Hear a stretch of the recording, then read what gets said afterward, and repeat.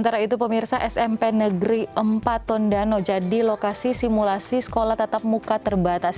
Yang hadir cuma 50% dengan durasi belajar juga dibatasi.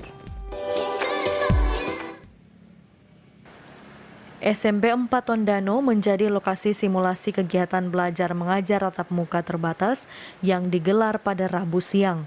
Pada simulasi terbatas ini, siswa-siswi yang diminta hadir adalah murid kelas 9 dengan total separuh dari jumlah siswa di kelas.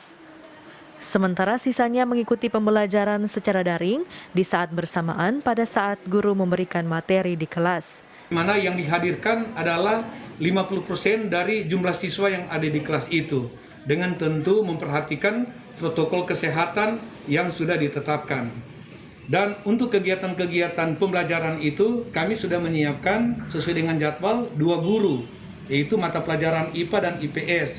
Jadi setiap guru ini mereka dapat melaksanakan pembelajaran tatap muka terbatas dengan waktu yang sudah ditentukan 20 menit. Jadi ada tatap muka, tapi pada saat yang bersamaan juga pembelajaran yang dilakukan oleh guru di dalam kelas itu secara live juga diikuti oleh siswa-siswa yang berada di rumah yang belajar daring.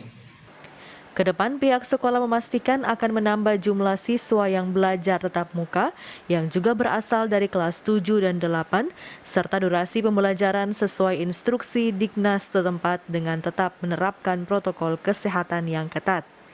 Queen Simatau melaporkan untuk Kawan Nua TV.